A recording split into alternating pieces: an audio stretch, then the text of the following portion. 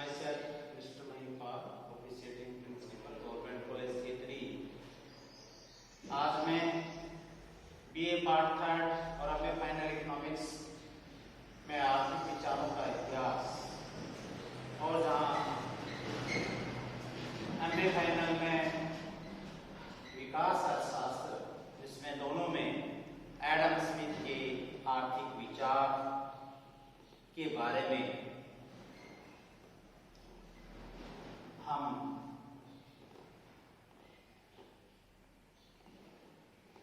वर्णन करने जा रहे हैं। तो एडम स्मिथ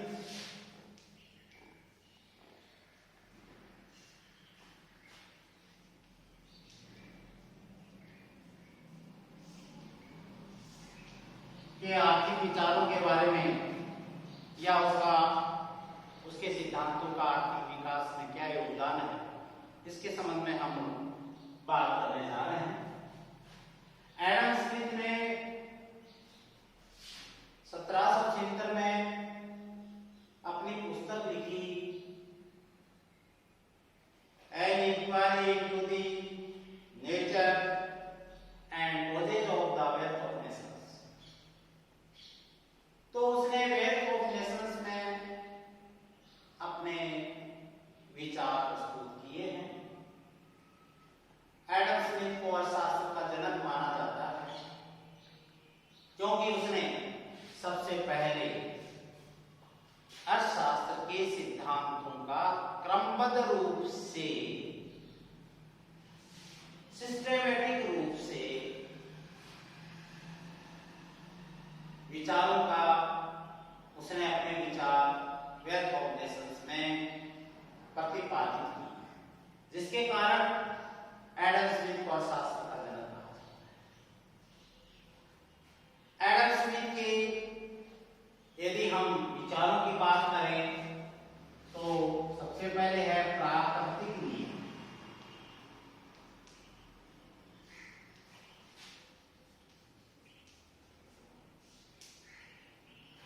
नेचुरल लॉ।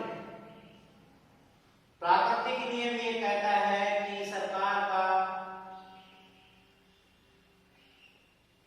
व्यवसायिक या व्यक्तिगत, वाणिज्यिक, कृषिगत, व्यापार, उद्योग धंधों में आदि मामलों में सरकार को ज्यादा इंटरफेयर नहीं करना चाहिए, इंटरवेंशन नहीं करना चाहिए। प्रकृति मनुष्य को स्वतंत्र छोड़ती है और व्यक्ति स्वतंत्र होकर के अपनी बहुत सारी गतिविधियां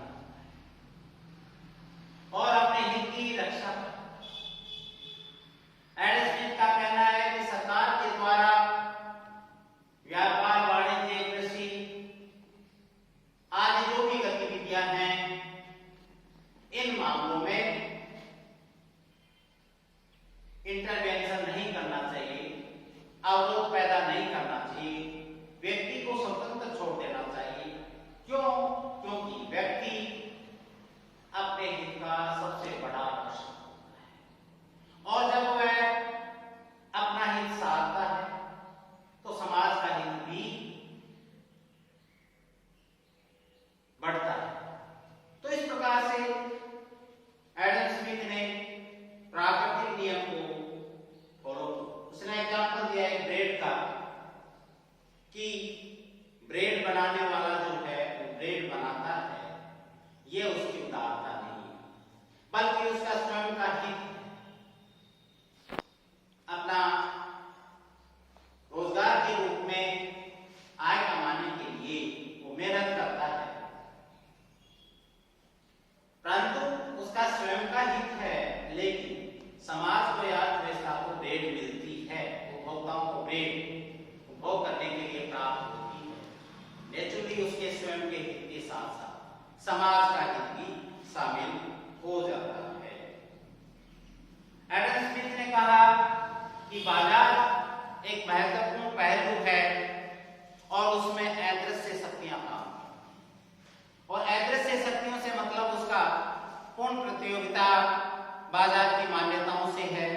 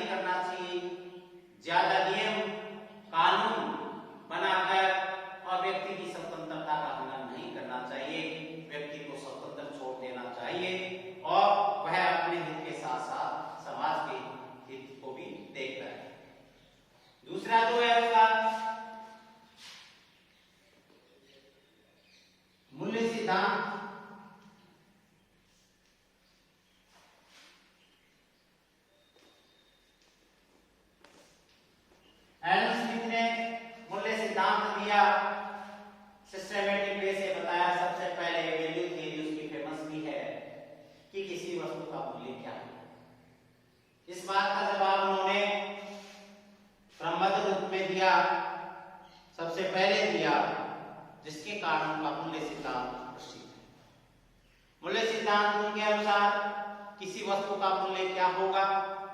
उन्होंने बताया कि उस वस्तु के उत्पादन करने में श्रम का कितना योगदान है, श्रमिक ने कितनी मेहनत की है, कितना पसीना बहाया है, उस मेहनत और जितना समय लगता है उसी के अनुपात में ही उस वस्तु का मूल्य होता है।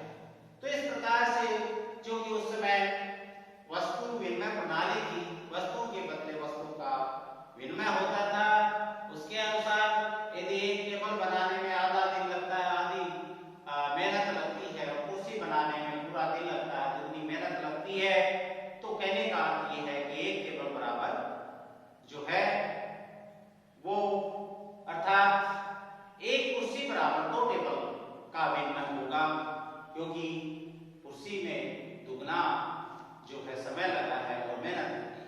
तो इस प्रकार से मूल्य सिद्धांत उसने आज हम देखते हैं वैल्यू थियरी, मूल्य केवल श्रम से ही नहीं निर्धारित होता है, बल्कि आज बहुत सारी शक्तियां काम करती हैं, मार्केट में मांग और पूर्ति की शक्तियां काम करती हैं, कॉस्ट काम करती है, कच्चे माल की कीमतें हैं वो भी काम करती हैं, ट्रेड यूनियंस हैं जो अपनी मजदूरी को बढ़ाने की कोशिश करती हैं, और वो भी फैक्टर काम करता है। बहुत सारे ऐसे फैक्टर्स हैं जिनमें जो है, जिससे आज व्यावहारिक रूप में हम देखें अर्थव्यवस्था में मूल्य निर्धारित होता है, लेकिन एडम स्मिथ ने केवल श्रमिक के द्वारा जो उत्पादन किया गया और उसमें जितनी मेहनत लगी उसी के अनुसार उसने मूल्य सिद्धांत का वर्णन किया।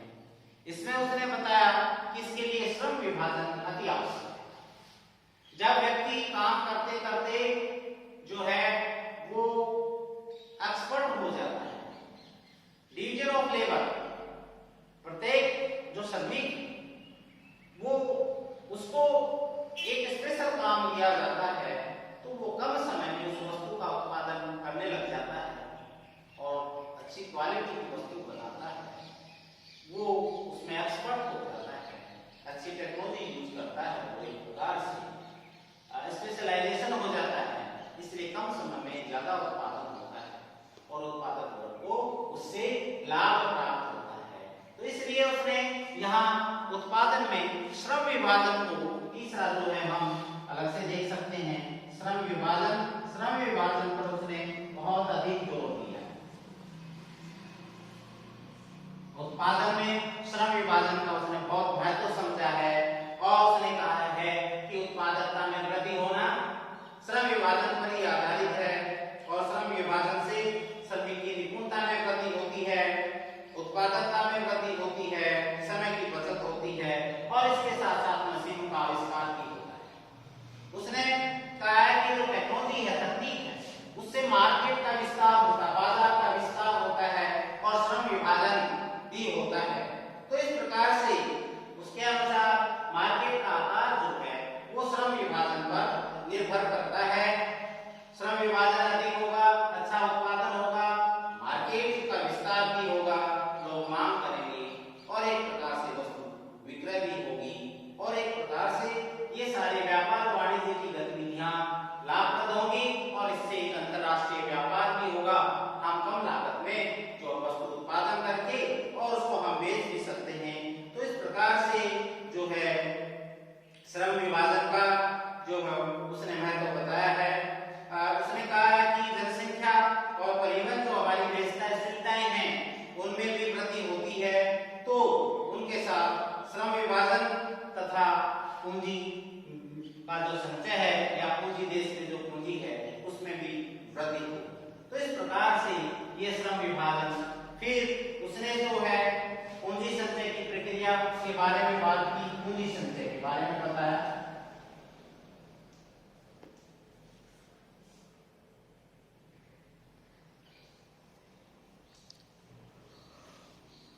कैपिटल अक्यूमुलेशन जिसको हम कहते हैं पूंजी संचय, कैपिटल अक्यूमुलेशन पर उसने जोर दिया। उसने कहा है कि जो पूंजी है वही, यदि हमारे पास पूंजी का संचय है, कैपिटल अक्यूमुलेशन है, तो नेचुरली हम अधिक उत्पादन करेंगे, हम अधिक निवेश करेंगे, अधिक रोजगार प्राप्त होगा, अधिक आय प्राप्त होगी। तो इस प्रकार से कैपिटल होनी चाहिए। कैपिटल के बिना हम निवेश नहीं कर सकते, हम उद्योग धंधों में पैसा नहीं लगा सकते हैं, नया उत्पादन हम नहीं कर सकते हैं। इसलिए कैपिटल अकुमुलेशन जो है वो आवश्यक है। और कैपिटल अकुमुलेशन के लिए जरूरी है कि अधिक से अधिक अर्थव्यवस्था के अंतर्गत बचत होनी चाहिए, सेविंग्स होनी चाहिए, क्योंकि जितनी सेविंग्स होती हैं वही जो है वो निवेश में काम आती हैं। निवेश होता है उससे सारी बचतें निवेश में लगा दी जाती हैं और जिससे उत्पादन बढ़ता है और रोजगार और आय का स्तर बढ़ता है। तो इस प्रकार से जो है पूंजी का संचय होना अति आवश्यक है। फिर उसने मजदूरी के बारे में बताया। एडम स्मिथ ने आयरन लॉ ऑफ वेज को फॉलो किया। लॉ सिद्धांत के अनुसार मजदूरी जो मिलती है उसके मजदूर को वह उसके जीवन निर्वाह स्तर के अनुसार मिलती है।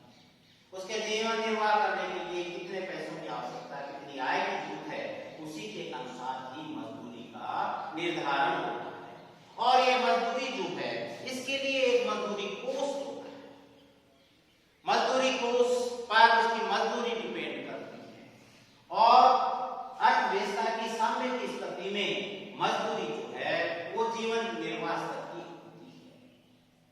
कई बार मान लो मजदूरी कोष बढ़ जाता है तो वो कहता है कि मजदूरी जो है वो जीवन निर्वाह स्तर से ऊपर चली जाती है। लेकिन जैसे ही मजदूरी ज्यादा होती है, जनसंख्या ज्यादा बढ़ जाती है, मजदूर में रोजगार लेने का कंपटीशन बढ़ जाता है और रिजल्ट ये होता है कि मजदूरी का स्तर जो है वो घट जाता है, जिसके कारण अर्थात पूर्ति बढ़ने से मजदूरी का स्तर, मजदूरों की पूर्ति बढ़ने से मजदूरी का स्तर जो गिर करके फिर जीवन निर्वाह स्तर पर आ जाता है। किसी कारण मजदूरी कम हो जाती है, जनसंख्या ज्यादा बढ़ गई मजदूरों की और मजदूर जो है ज्यादा रोजगार प्राप्त करने के लायक है, आपस में कंपटीशन है, तो नेचुरली मजदूरी का स्तर जीवन निर्वाह स्तर से कम हो जाएगा और कम होने पर जनसंख्या धीरे धीरे घटने लग जाएगी और जो है पूर्ति कम हो जाएगी, मांग बढ़ेगी और इसके कारण फिर मजदूरी का स्तर बढ़ जाएगा और जीवन निर्वाह स्तर पर आ जाएगा। इस प्रकार से एडम स्मिथ ने जो कहा है कि वो जीवन निर्वाह स्तर पर मजदूरी रहती है। फिर उसने लाभ को बताया है कि लाभ जो है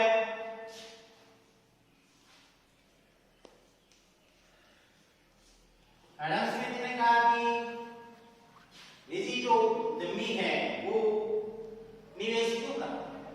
उन्होंने कहा कि लाभ कमाने के लिए उनकी जो निवेश करने की जो प्रवृत्ति होगी वो डिपेंड करेगी कि उसकी भविष्य की क्या प्रत्याशाएं, एक्सपेक्टेशंस क्या है कि भविष्य में आज वो निवेश करते हैं, वर्तमान परिस्थिति में निवेश की क्या कंडीशंस हैं और क्या स्थिति है, वास्तविक लाभ कितने हैं, इन पर निर्भर करेगा उनका निवेश और इन पर निर्भर करती है उनकी एक्सपेक्टेशंस, प्रत्याशाएं, भावी प्रत्याशाएं। भावी प्रत्याशाएं उनके दिमाग में अच्छी हैं कि हमें लाभ होगा तो आज की वर्तमान में ज्यादा निवेश करेंगे और भावी प्रत्याशाएं यदि नेगेटिव हैं तो वो कम निवेश करेंगे। तो इस प्रकार से भावी प्रत्याशाओं पर ही ये निर्भर करता है कि कितना निवेश किया जाएगा और निवेश से जो है क्या होगा, जब निवेश होगा अधिक होगा तो लाभ भी प्राप्त होंगे, कैपिटल अकुमुलेशन भी होगा और एक प्रकार से अर्थव्यवस्था का आर्थिक विकास भी होगा। फिर अगला उन्होंने ब्याज कहा है।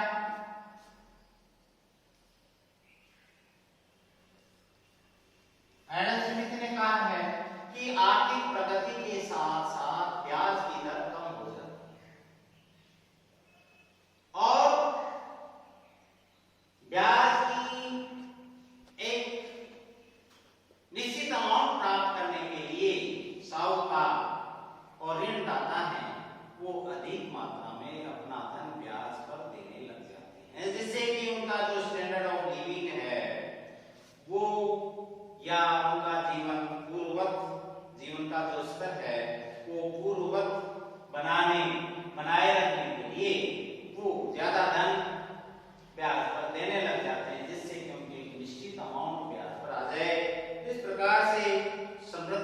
या उन्नति या जनसंख्या वृद्धि यदि होती है तो एडम स्मिथ के अनुसार ब्याज जो है ब्याज घटने लग जाता है और एक प्रकार से घटने के कारण ज्यादा धन जो है वो ब्याज पर देने के लिए साहूकार या ऋणदाता जो है वो उसके लिए तैयार होते हैं, ज्यादा देते हैं। और जब ब्याज इतना कम हो जाएगा तो साहूकार या ऋणदाता स्वयं आगे आकर के निवेश करने लग जाते हैं, उद्योग धंधे प्रारंभ कर देते हैं और उसके द्वारा वो अपना जो है कैपिटल अक्मुलेशन करते हैं, जिससे देश में आर्थिक प्रगति होती है। अगला जो है लगान।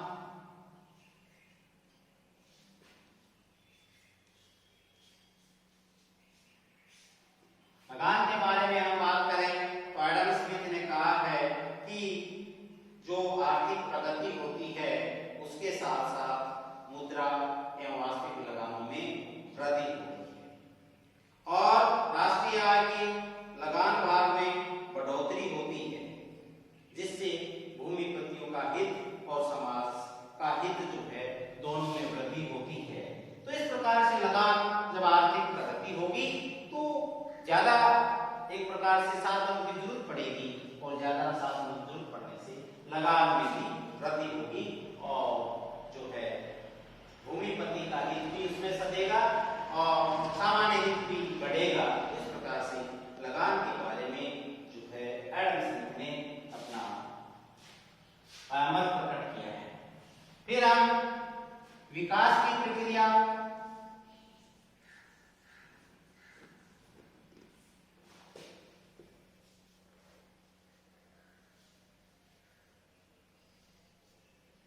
एडम स्मिथ ने विकास के बारे में बताया है कि विकास के अद्भुत कौन कौन से हैं, उत्पादक, व्यापारी, किसान, ये सारे उसने विकास की अग्रदूत बताए हैं। और जब ये सामंजस्य से सारे मिलकर के काम करते हैं तो विकास अर्थव्यवस्था के अंतर्गत विकास होता है। अर्थात एडम स्मिथ ने बैलेंस ग्रोथ थ्योरी को फेवर किया है, संतुलित विकास सिद्धांत को फेवर किया है, जिसके अंतर्गत यह है कि सारे क्षेत्र जो है अर्थव्यवस्था के वो एक साथ उनमें निवेश हो, एक साथ उनकी प्रगति हो, जिससे अर्थव्यवस्था की प्रगति होती है। तो इस प्रकार से जो है एडम स्मिथ ने इन सब के एक साथ सब क्षेत्रों को एक साथ जो है प्रगति की बात कही है, विकास की बात कही है, सब क्षेत्रों में एक साथ काम या निवेश करने की बात कही गई है।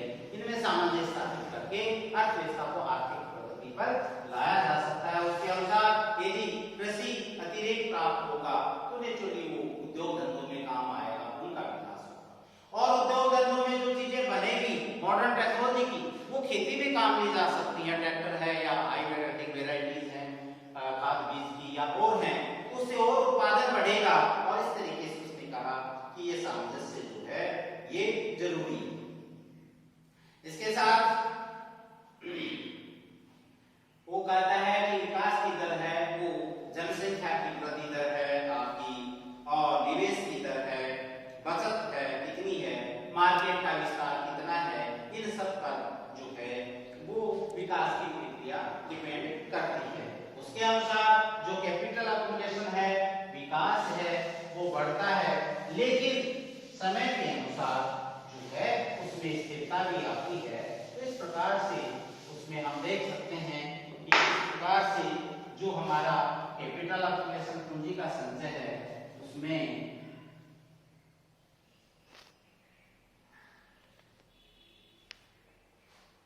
टाइम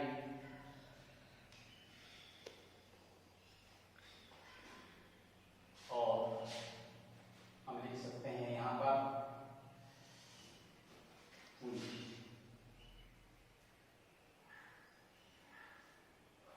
निर्माण में परिवर्तन।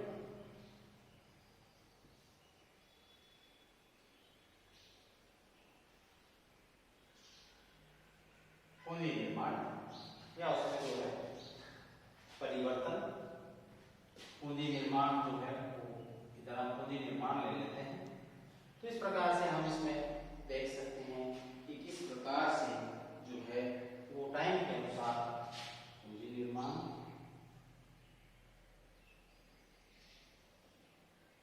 की। तो यहाँ पर इस लेवल के ऊपर एक कांस्टेंट हो सकता है डी। इस डी लेवल पर डी जो है यहाँ पर कांस्टेंट हो जाता है। यहाँ पर सब चीजें एक प्रकार से जनसंख्या भी स्थिर हो जाती है, मजदूरी निर्वाह स्तर पर होती है, प्रति व्यक्ति आय उत्पादन में कोई अंतर नहीं होता है और अर्थव्यवस्था गतिहीनता की स्थिति में पहुंच जाता है। तो आर्थिक विकास के लिए इस गतिहीनता को तोड़ना जरूरी है और इसके लिए जो है सेविंग्स अधिक करना और एक प्रकार से निवेश को बढ़ाना, ये सारी चीजें इसके लिए आवश्यक है। जनसंख्या में परिवर्तन, मार्केट का विस्तार, उसी से इसको तोड़ा जा सकता है। तो इस प्रकार से विकास प्रक्रिया के बारे में धन्यवाद।